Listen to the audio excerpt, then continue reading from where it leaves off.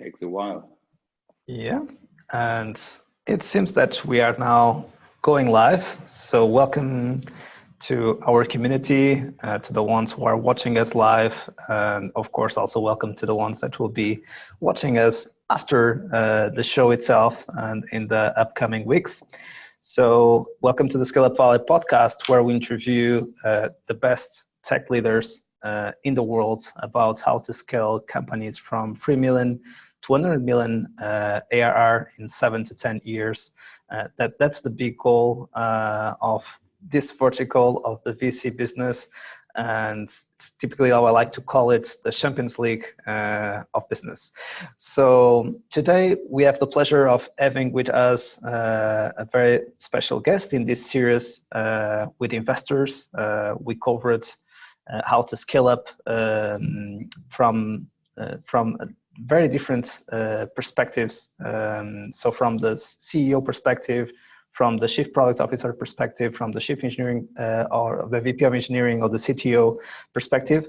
And we also wanted to cover how it looks like to scale up from the investor perspective. So we had opportunity to also have Access Strategic Ventures, Faraday Ventures, and we will keep hosting different investors in the upcoming shows.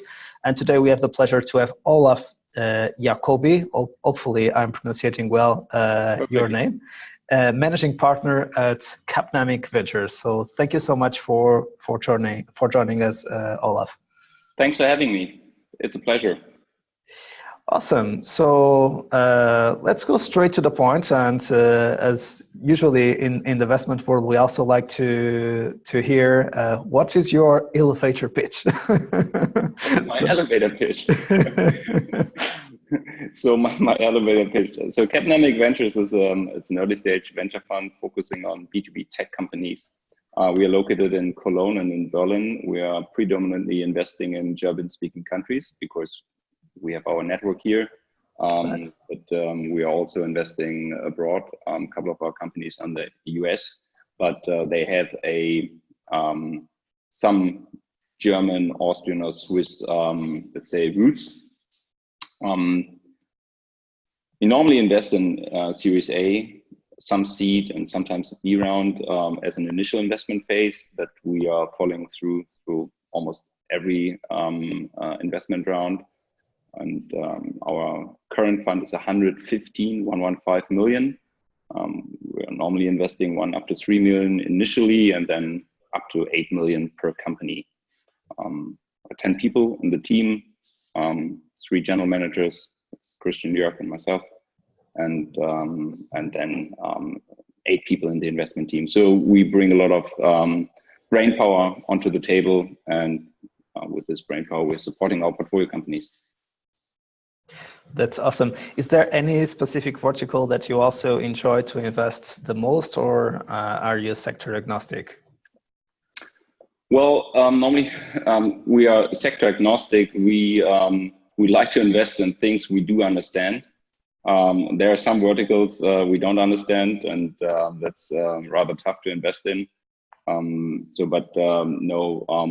focusing on enterprise software, B2B SaaS. This is one investment thesis. And the other one, we call it enabling technology. This is really, these are deep tech startups where you really have to open up the hood in order to see and to understand the technology. So it's not necessarily the application which has been used by enterprise users.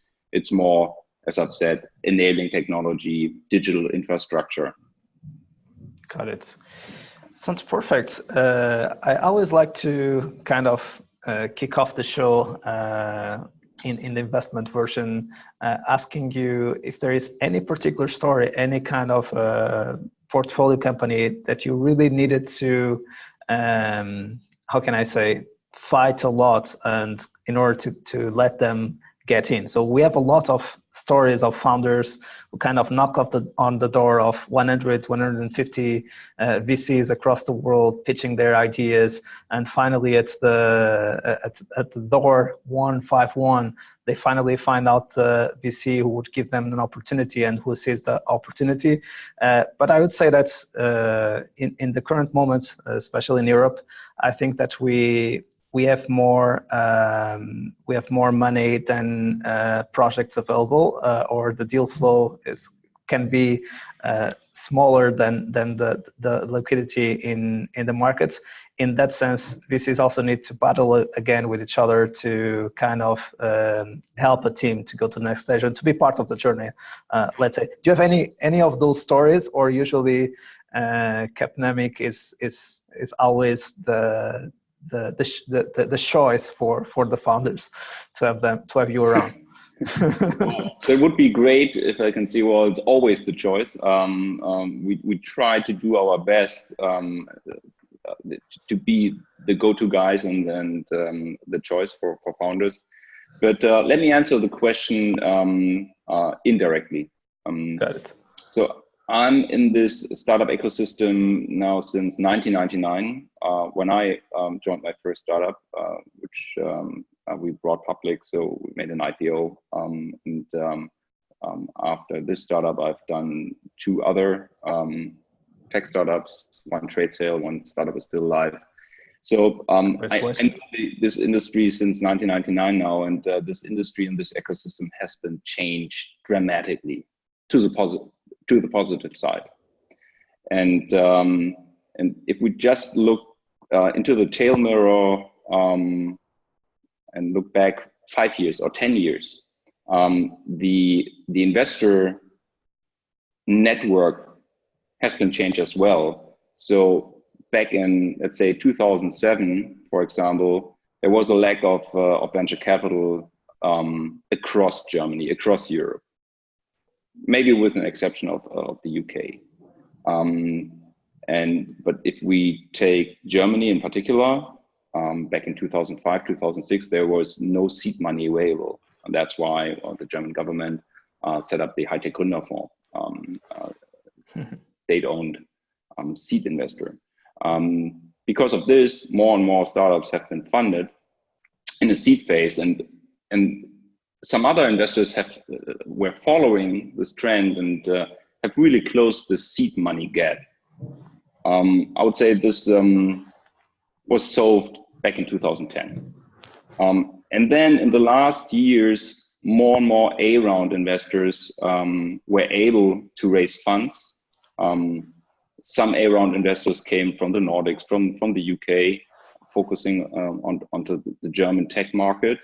And you're right, we don't have such let's say A money or A-round money gap anymore in Germany, Switzerland, and Austria, and in other European countries as well. So now what we do see is more a gap or lack in B rounds.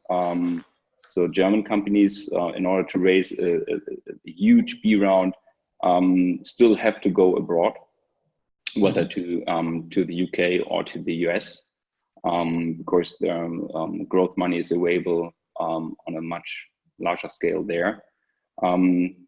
But you're right, good founders and good teams today, they have the choice.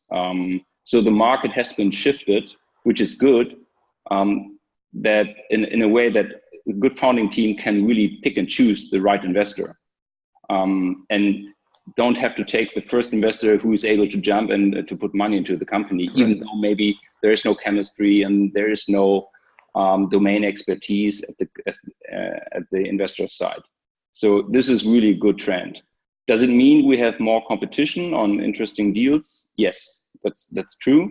But we do like this situation because from a macro perspective, it's good for the industry.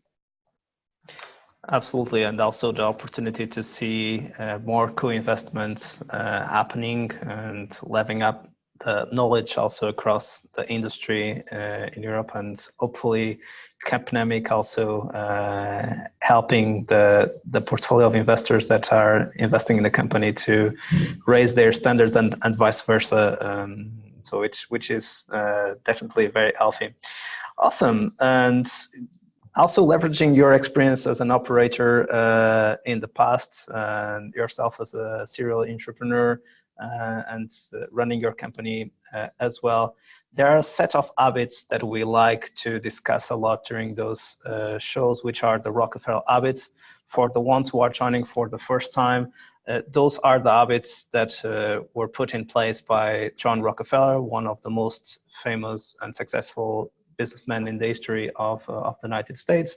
Those are 10 very basic principles that usually when we tend to go through the checklist, and you can do it online going to scaleupvalley.com and going through the blog, or just Google it, 10 Rockefeller habits, Scaleup Valley, and you'll find out those 10. And when you start reading them, you might say, oh, this seems very simple. For instance, the first one is to have an healthy and aligned team, and a team where you can have constructive debates, where you meet regularly, where all of you are trying to learn and to learn quicker than the pace of the company. But usually those habits are also very difficult to not, or are very simple to not apply them and to forget about them. So starting by the first one of the things that I've been observing working with multiple CEOs is that sometimes it's very difficult, especially from seed to Series A and sometimes from Series A to Series B, when they already have proven the business model and they start scaling in a much more competitive way or in a much faster pace, that they are not anymore the ones who are executing things. So they need to have a team in place, and their success would be made by the success of the members of the team and of the collective team as a whole. And another thing that is very difficult is that this team needs to be kind of validated every single quarter. So you need to do small changes in the team in order to allow the team to keep growing to the next stage. And you need to think about the org structure of that leadership team. Do you see this happening across your portfolio and from your experience, how to go from leadership team 1.0 to leadership team 2.0, or even going from the seed to Series A or pre-seed to seed, from a founding team to a leadership team, which are also very different concepts? So what's your experience in this particular space of setting up the right team for the right growth stage? Yeah, well, this is a very complex question, and we could fill maybe hours right. with a discussion or with even one answer to this topic. First of all, the Rockefeller habits, they were new to me. So I checked your website, I read the Rockefeller habits, and well, most of them I totally agree on it. Coming back to the first one, it's about the team. Well, this is one of the most asked questions. Is it a team or is it the idea? So what's more important? And honestly, in my early days, I thought it's the idea, it's the technology. And I changed my mind maybe 15 years ago, and it's only the team. A good team is agile, is flexible, is able to pivot, and most importantly, is able to attract the best talents. And that's it all about. From a CEO perspective, there are two main phases in the life cycle of a company, of a startup. The first phase is a CEO and his team, founding team, they have to build the best product with the best technology they can imagine. So this is the seed phase. After they got an A round and they got money to really build the organization, the focus has to shift. Then the CEO has one core task and one core goal: to build the best organization in order to sell this perfect product. It's a little bit abstract, but these are the main two phases. And there are some micro phases, sure. But at first, build the best product, and then before you get out of the blocks and hit the ground running and then sell the product and expand, get the right people together. I think there's a famous book from James Collins, Built to Last. And there's one punchline, before you start the engine or before you start the bus, get the right people onto this bus. Yeah. So in particular, we have seen single founders. We have seen founding team with 2 founders, up to 6 founders. But I would say more or less there is no team, no founding team which is really complete. A lot of founders, they come from the university, they are technical founders. So where's the biggest gap? In sales. Enterprise sales, for example, you can't study, you have to learn it. You have to do it, or you have to earn the t-shirt. And that's why, especially in sales, this is one of the biggest challenges, to get the right people into the team, into the founding team, who are able to scale a sales organization.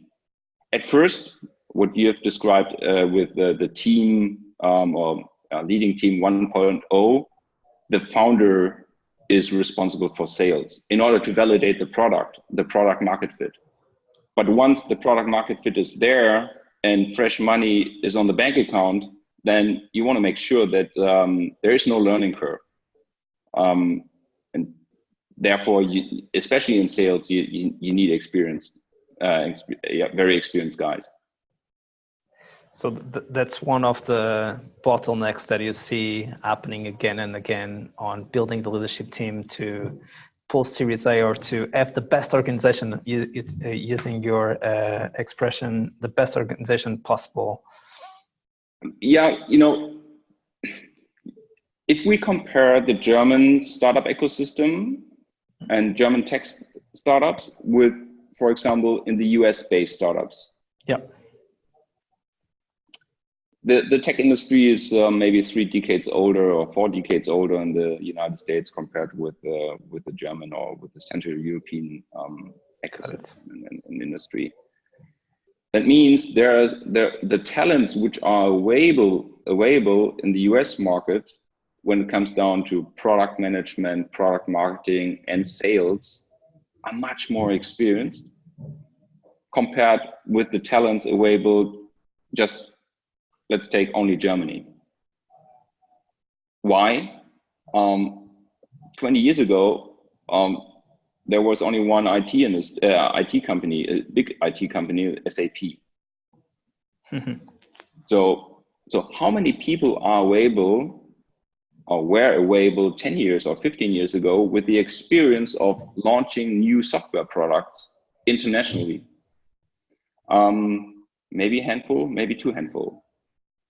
So this has changed because more and more people have joined the second, the third tech startup. So this talent pool is growing, but nevertheless, compared with the United States, for example, it's much smaller. So yes, there's a lack to get very good, talented people with a lot of experience into young tech startups in Germany. Absolutely. Got it. And something that I think it's also interesting, and to conclude this the discussion of this debate, as you said, in a very brief and superficial way, because unfortunately we don't have hours or days to discuss about it, but kind of having the minimal viable conclusions around this topic. And it's also interesting to see that sometimes there are members of the leadership team that are the right ones to help us go from 2 to 5 million or from 5 to 10 million, but they might not be the right ones to go from 10 to 20. And sometimes, as I like to say, and it's something that we always try to do, which is to align life plans with business plans in the leadership team and across the company. It might also not be what makes them wake up and come to work. So it was very funny to them to go from 5 to 10, but from 10 to 30, that's not their that's not what they like to do. And in that sense, the CEO needs to be able to understand that they might need a different person for the next chapter. And this is very, very difficult also because this person has fighted in a very tough way to help the company to go to that stage. And it might be very difficult and sometimes even not being grateful for all the effort and all the investment that they made in the company to get to this stage. So how do we help the CEO, and this is a lot of times the role where I'm in, to understand that they might need to take another tough decision. They need to take these tough decisions from the 5 to 10, from the 10 to 20, from the 20 to 50, or from the 50 to 100 million. Yeah, there's no silver bullet, first of all. I have seen entrepreneurs, CEOs, which I've invested in, and they made it from the pre-seed to 500 million, valuation, D round, 300, 400 people. Is this normal? No, it's an exception, but it's possible. And then I've seen organizations, young teams, after the A round, they said, well, I'm more the specialist. I like to build products, but I'm not really good into building the entire organization. Let's get somebody else onto the helm, and I will become CPO, for example, as a founder. Got it. It really depends. It really depends on, and so I'm not a big soccer fan, but I think with soccer and with a soccer team, we can explain this. If a soccer team is starting very successfully in the 5th or 4th league, whether in the UK or in Germany, and it's playing very well, and so it makes the cut to the next league, to the 3rd league, for example. This team, in order to survive, in order to be successful, even in the higher league, has to get other players into the team, better players, more aggressive players with better fitness levels and more experiences, and so on and so forth. So, and then maybe this team, after 2 years, will make the cut to the 2nd league, second national league. So, and then this team has to adapt, get even better players, sometimes a different coach, or supporting team, and so on and so forth. So I think that's absolutely natural. If you grow as an organization, and if you compete on a different level in order to be on eye level with your competitors, you have to change. And how can you do this?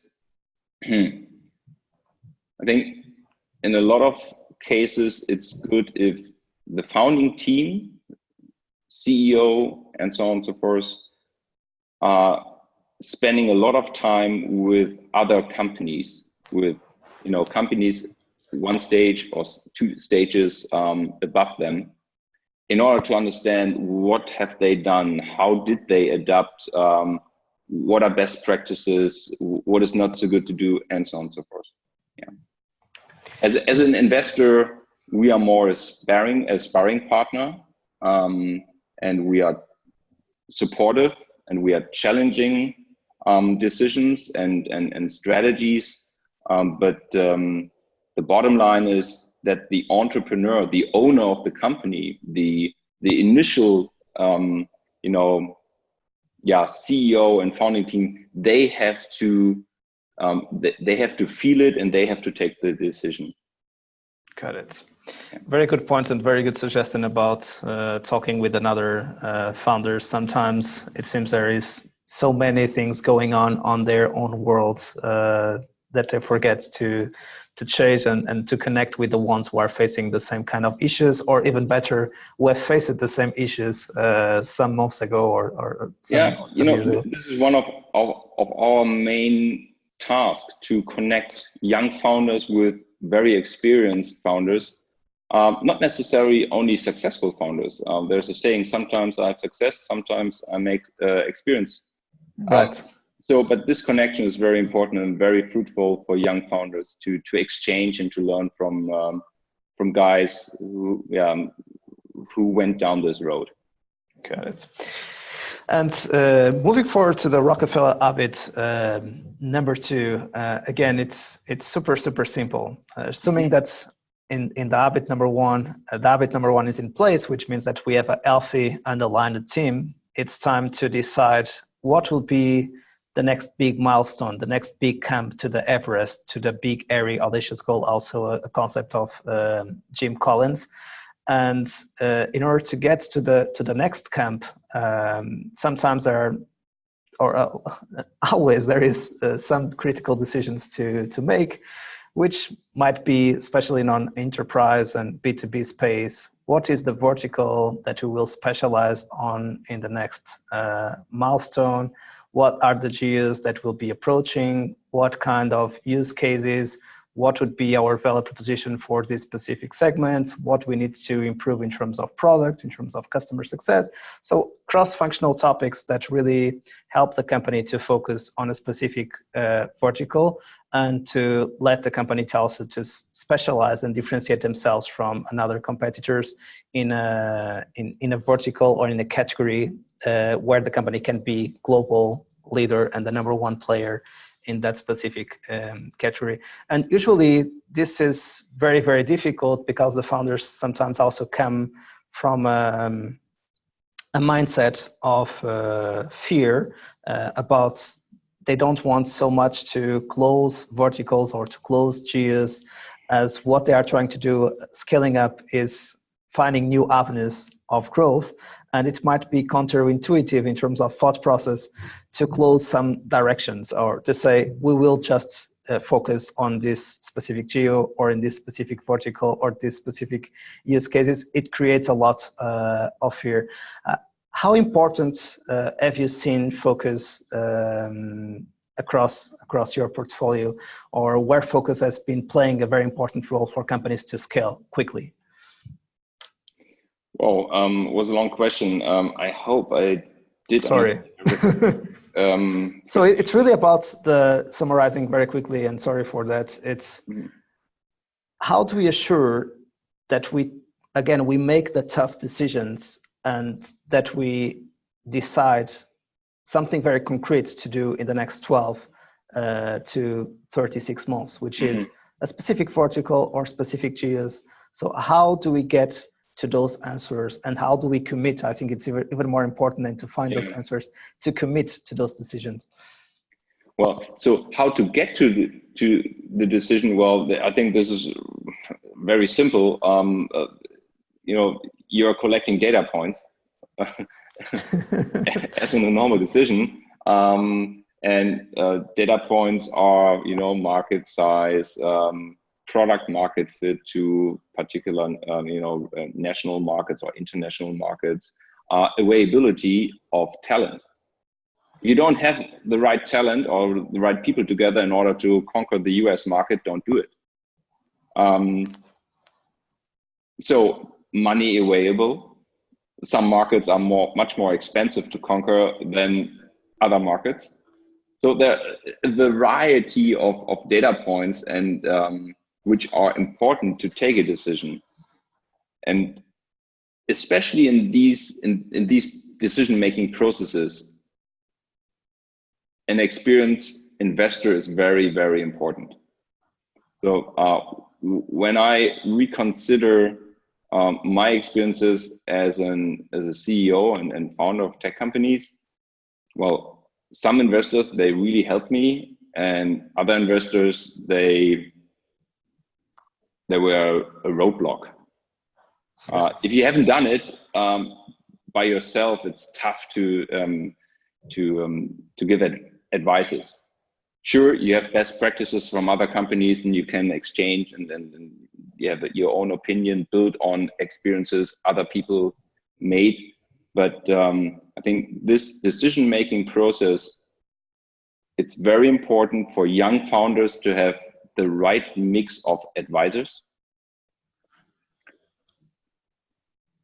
to have taken the right decision which investor is sitting on the shareholders table, and very important to have the right advisory board.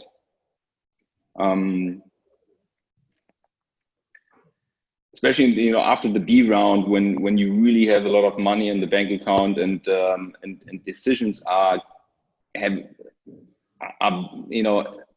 have more impact than the decisions in the seed round, money wise, organization wise, and so on and so forth. So then it's very important to have a challenging board with a lot of experienced people in order to make this decision making process as professional as possible. At the end, the CEO and the founding team, they have to take the decision, but they need support, and they have to get the best support they can imagine. And then the more the organization grows and the bigger the organization becomes, the more complicated and is to push a decision and maybe a strategy shift into the organization. We can look at some big corporates. Every other year there's a reorganization, but at the end nothing happens because it's too big, like a super tanker. And if you change the direction only for 1 year, there is no change in the direction. With a young tech startup, it's different. Yeah, and this can be very frustrating for a founder who has been there since they were 10 or 15 or 20 people to 200 or 250. Exactly. I think this is a learning for each young founder / CEO, that a company with 5 people or 10 people is easy to manage, to organize, easy in brackets. Right. But once you have an organization with more than 150, this is some kind of threshold, 150 people. Right. You don't know the first name of each particular employee. You don't know if this FTE has kids, has no kids, what is he doing? And so you have to change your management style. And you have to rely on the second layer, even on the third layer. So, and therefore you need to adapt, and you need to push decisions into your organization in a different way compared with what you have done with 10 people. Very good points. And yeah, we are getting closer to almost 35 minutes of the show, and so much to be discussed. So I will maybe jump the Rockefeller habit number 3, which is something also related with what we're just discussing, which is really assuring that execution happens. So if we have the right team, focusing on the right big milestone for the quarter and for the year, now it's time to making it happen. And that's what we were discussing here, how to make this happen. And of course, we need to have the dailies, the weeklies, the monthlies, the quarterlies, and all the communication flowing as quickly as possible, because as Olaf was saying, we start to have many layers separating the leadership team from the bottom, and we don't know we don't know anymore the name of a specific individual, what is his background, the family, friends, etc., what are their motivations, their life plan looks like. So it gets more difficult to align and to get things done. So we come to a part of the show which is related with cash. We all know that cash is critical for a company that is starting up and scaling up as well. So there is so in terms of, let's start there, in terms of cash, do you see any kind of mistakes happening again or again? And I will just kick off by saying that this is something that I see very difficult in terms of mindset going from a seed to a Series A stage. At that time, you are in a search mode, which means that you need to conserve cash as much as possible as you do the experimentation, because you don't know when finally it will click and the business model now is working and you can start optimizing the business model and preparing the business model to scale. So, but when you are fighting to be the first or to the number one in the category, time is more important than cash, because if you are doing the right things, if you are getting to the milestones, cash is a very good investment in terms of return on investment. So it would be easy to get the cash in. So then the difficult part is having the cash within the timing that you need in order to go to the next stage, which is being more aggressive or less aggressive. But it's execution. It's not about search anymore. And it might be very difficult for a founder who has been in search mode to move to execution mode, which is it's not about conserving cash, but about how do we become the category leader, and what is the plan to get there, and what are the cash resources that we need to get there, which is a very different mindset than how do we conserve, how do we minimize costs until we find the business model. Well, again, very complex question, and let me, or it wasn't a question, it was an observation, and I need to underline this. Different stages, different phases of a company are requiring different behaviors in terms of cash. Yeah. Coming back to my statement, there are two main phases in the life of a CEO or of a founder. First, build the best product you can imagine, which is stuff that matters, problem solving, product market fit is there. And then you are starting to build the organization into scale. I would say in the first phase, when you build the product, this is the seed phase somehow, maybe a little bit longer, you really have to take care of your cash. Product development doesn't scale with people, not linear. So 10 brilliant developers can make a better job than 200 developers, which are average. We all know this. But once you have this product ready and you are raising money and you're getting to maybe 10 million A round, you have to change the behavior. That doesn't mean that you spend the money for new company cars or parties. No, but now you have to really spend the money and build the organization and get sometimes very expensive people on board.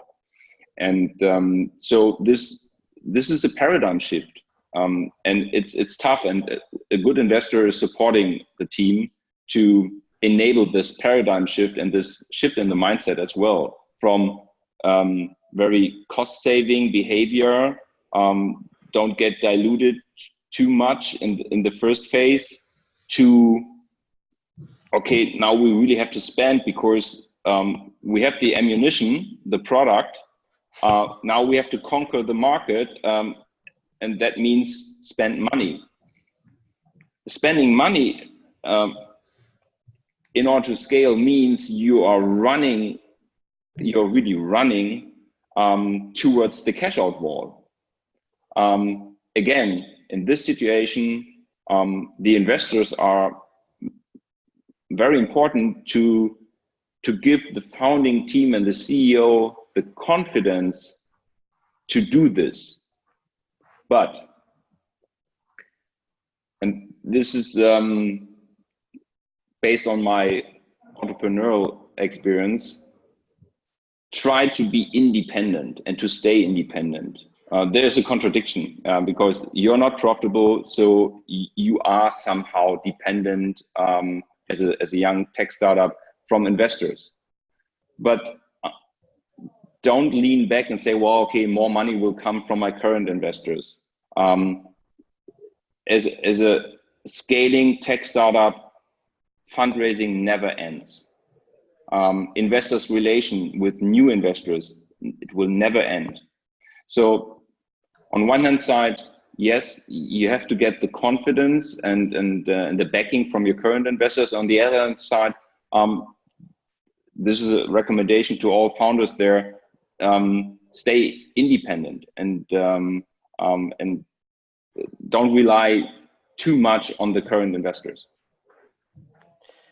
Very good points again, and we get to the end of the show now. I know that you also have a flight to pick later today, and if you would have the opportunity to come back to not to 1999, but to the beginning of your investment career, when you have set it up your own funds, Capnamic Ventures, what advice would you give yourself? Well, first of all, I did not found Capnamic Ventures. Capnamic Ventures was founded by Jörg and by Christian. So we joined forces end of 2015 before we raised the big fund. But my advice is coming back to 2015. From the VC perspective, I would say venture capital, the product is the team. And we are spending 100% focus on building the best investment team we can imagine, because that's our product. The chemistry, the network, smartness, intelligence, everything. So we don't have software, we don't have hardware. The people are the product. And this is the only advice I would give to myself. Get the best people onto the bus from investor point of view. Very good point. Go ahead. As a startup founder, it's more complex. As a startup founder, because, well, I would say build stuff that matters. Sometimes I've seen founders and even myself, trying to solve problems which doesn't exist, or which don't exist. So double check: is it really stuff that matters? Is it problem solving? And in terms of sales, because sales is in most of the cases the make or break. There's a nice analogy: painkiller and vitamins. Maybe you know this. Yeah. It's easier to sell painkiller, but the market for vitamins are way bigger. So think about your go-to-market strategy, about the sales strategy, how to sell your product. My second startup was an IT security startup. It was back in 2002, which we successfully sold in 2004 to a US big competitor. It was a nice exit. This was the easiest sale ever. Why? It's an insurance sale. You go to a big corporate and say, well, this is the latest stuff in IT security. You better get this. If something happened and you didn't buy this, maybe you will get fired. So we never told the CIO something like this, but in the back of his mind or her mind, this was the message. So this is the second, I would say, advice when I look into my tail mirror. Do you want to say sell painkillers or vitamins? And again, I'm stressing this point: get the right people onto the bus before you start the engine. This is very, very important. And the most of the founders are in a very, let's say, lucky situation that they can pick and choose the investor. Some years in the past, it wasn't pick and choose. Pick your investor wisely. Double check. In my second startup, I haven't done this. I took an investor and he put more harm than money into the company. Got it. All very good points. So I'm sure that if you want to reach out to Olaf after the show, is there any particular channel that founders should be using, Olaf? Yeah, please no snail mail.